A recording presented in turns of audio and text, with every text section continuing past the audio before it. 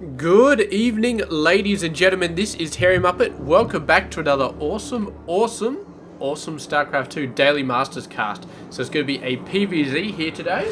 Got a couple of PvTs I've been doing recently. Got a couple more lined up. Actually found a set of 3 games between the same people, like a series. And all of the games are freaking long. They're all like really good ones. So I'm going to cast all 3 of those in a row. And in the next few days, I think I should probably be able to do it. I'll try and cast them tomorrow, see if I can get through all 3 of them in one day. I don't know if I will, but yeah, we'll see exactly how it goes. But meanwhile, let's introduce the players in this... I was about to say raid, but in this game, I've been talking too much about WoW with my mate at work. But anyway, in this game, let's check it out. Down at the bottom side of the map, it is Mr. Sand. He is 24 years of age from South Korea, plays for the Yo Flash Wolves team. Very, very awesome Protoss player. And his opponent, who we have cast once or twice previously. Oh my god. What the hell is going on there? In case you're wondering, that is not actually what TargA looks like. TargA looks like somebody else. I got no idea who the hell that is. But that just scared the crap out of me when I started spinning around. Mr. TargA is 24 years of age from Norway. Plays for the Imaginary Gaming team. And yes, I'm not sure what this stands for because he was part of Team Dignitas previously to this. So the AS2M or something like that. No idea. But anyway, could just be a thing that's going on. So anyway, we're going to be seeing exactly how he goes off against San. Now, San is a very, very good player. TargA, as I said, I've cast him like once or twice previously. I would not guess that he's up to San's level. So my guess would be that San's going to take this out. But then again, I mean, I do not know. So it's anything could happen in this game. TargA could pull out something really, really awesome. He could float this image over to his opponent's base and just scare the crap out of all his units. That is just... somebody is having a laugh every time they look at that photo. You've got to believe somebody's having a laugh there. So here we go. Zealot going to be scaring that off. These 2 Lings got no chance of taking that watchtower. And they could almost get destroyed by the mothership core here. Not going to be fully blocked off here. Lings are going to get in and are going to get a fairly decent scout off, actually. Not too much going to be seen for the Lings. They're going to see a second gateway down here. But that's pretty much it. And yes, a nice bit of scouting there, but really not much to be scouted. Third gateway coming out as well over here. So it's going to be a total of 4 gates and 1 base, which is pretty nice. But San not really boosting up a lot of stuff yet. Just getting out, you know, fairly standard stuff. Getting out the early expansion.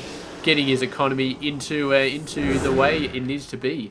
And TargA, on the other hand, he's got an expansion. He's got to be thinking about a 3rd fairly soon, but he is getting a Roach Warren out as well. His worker numbers are looking pretty nice. But yeah, I can imagine a 3rd base is definitely going to be a good idea. That was a probe, I believe. Got trapped, or Sad just forgot about it. I am not sure whatsoever, but... We will just have to see, because nothing's really been sort of spread up so much. We do have a couple of Zealots down there, maybe hoping to intercept a 3rd base if it's built down here. However, the Overlord knows all about this sort of play here, so TargA exactly knows what Santa's planning right there. And for the nice force field here, the Ling aggression, I'm not sure what TargA was hoping to do there, but he was hoping to do something.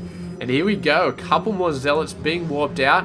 And TargA suddenly is going to have a lot of problems trying to take that out. Although Roaches coming in from the other side are going to hold off a little bit. And the Zealots know that with the Roaches at the back, they are not going to be able to pull off anything right here. One Zealot goes down to mass Ling pressure and the pylon gets taken out. And TargA managing to get rid of that pressure and move out with his 3rd base. Is going to be able to hold that position quite nicely now. So, yes, very interesting stuff. Income-wise, Sad is keeping up and in fact is beating TargA at the moment with that double crony boosting Nexus, doing a very, very nice job. And TargA, meanwhile, his economy is okay. Hasn't pushed out a ton of Roaches, so he's still sort of getting into it. And I suppose a lot of Zerg players would have had the 3rd base a little bit earlier.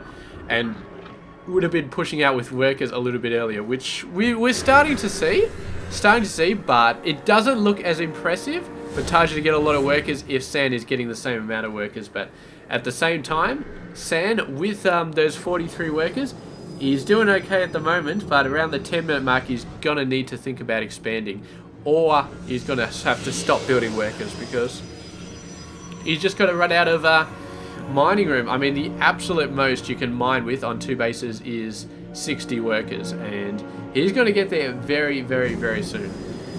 So anyway, let's check it out. We've got a whole bunch of sentries. Sentry's an excellent, excellent early game unit. They're an excellent unit when you don't know what you're going to be facing.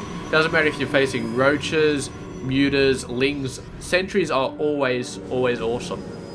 Let's play units like zealots and immortals, less so because they do have their counters, but the sentry is always awesome. And it looks like TargA, getting the idea from San, has put a small group over there hoping to snipe a 3rd base if it does come down, and the single zealot scaring them away. So very, very nice job there.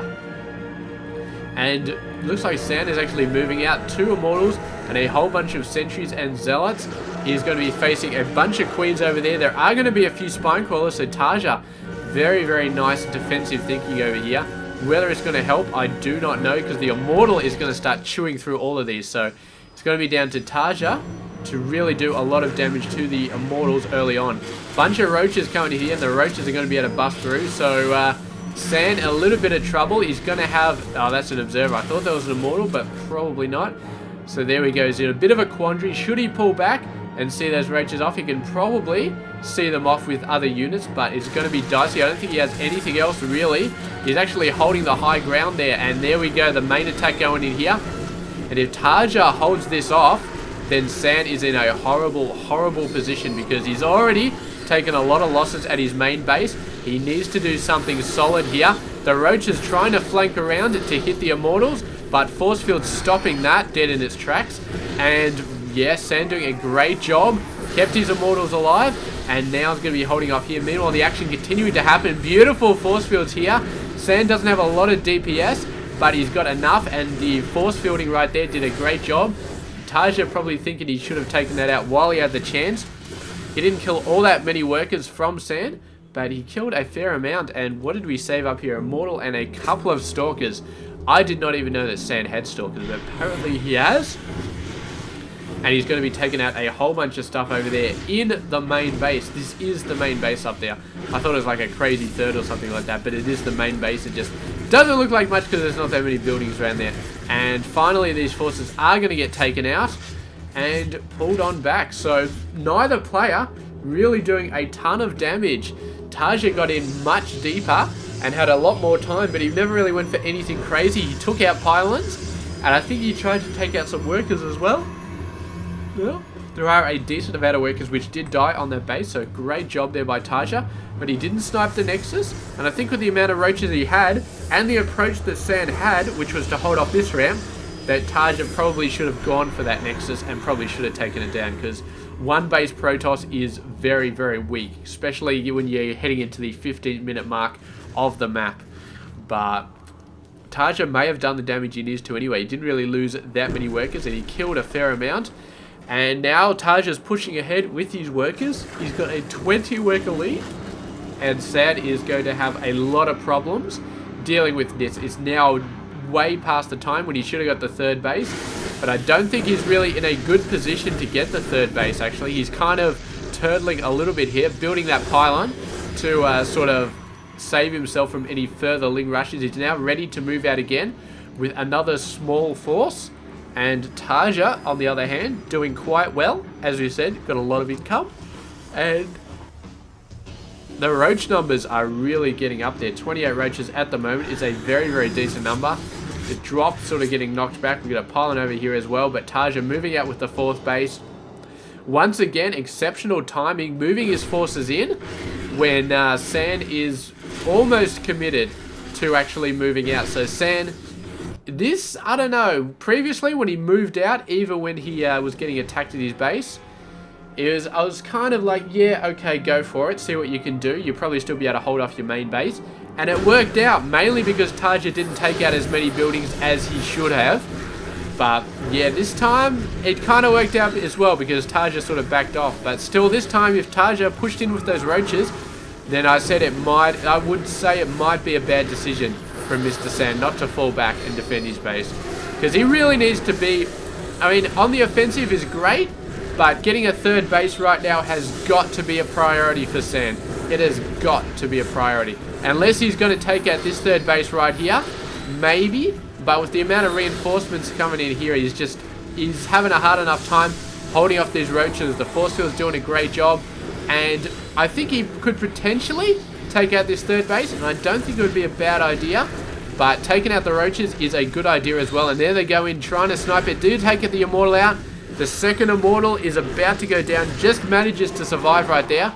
But without Immortal pressure from Sand, he's not going to be able to do the DPS he really needs to push TargA back. TargA has the economic income. He has the advantage right there. He can push out roaches much faster than Sand can push out units like Stalkers and Zealots. And the only thing that was really keeping Sand in that battle was the Immortals. They were really, really worth their weight in gold. But once the Immortals start, you know, being knocked back and being taken out, I don't think Sand can hold off with just Stalkers and Zealots in this battle. And if you have a look at the upgrades, both players actually 0-0. They've been spending all of their stuff on actual units and stuff like that. Not too many upgrades going on. TargA trying to get some Swarm Host action going on here.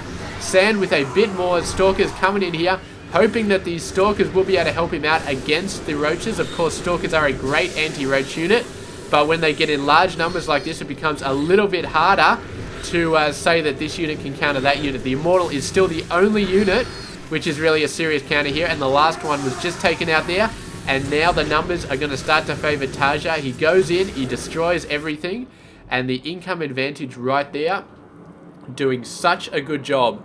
And Sand could just not hold on to that right there, just could not. And I mean, he kept trying, such a good job. But I mean, when he was down to one Immortal and the last Immortal was nearly dead, maybe it would have been a good sign to sort of move back, to sort of back off and maybe try again another day, because he was doing such a phenomenally good job on that third base when he had 3 Immortals. But as soon as 2 of those Immortals went down, suddenly he was barely holding on. He was barely able to make any ground on that base at all. And I mean, TargA was working for him in a way, because TargA was continuing to produce roaches in massive amounts. He had no other plan. I mean, he had an infestation. Well, he did have Swarm Hosts. I'll give him that. He had Swarm Hosts. But Swarm Hosts are very... they get owned by Immortals as well. So I guess on one hand, Sand should have pulled back, got a few Immortals, and moved in again with the Immortal Heavy Army. But on the other hand, if he pulls back, he gives TargA room to get all those Swarm Hosts. And if you give your opponent time to build up Swarm Hosts, then suddenly they become extremely hard to bust. You just get a few, 5 or 6 Swarm Hosts, and suddenly it's almost impossible to attack that base anymore. So yeah, it was a tough decision. Sand chose to stick it out, and in the end the Roaches overwhelmed us, so he was kind of screwed either way. But in the end, great game between these two players, and TargA, definitely quite an awesome player after this game, did a really, really good job.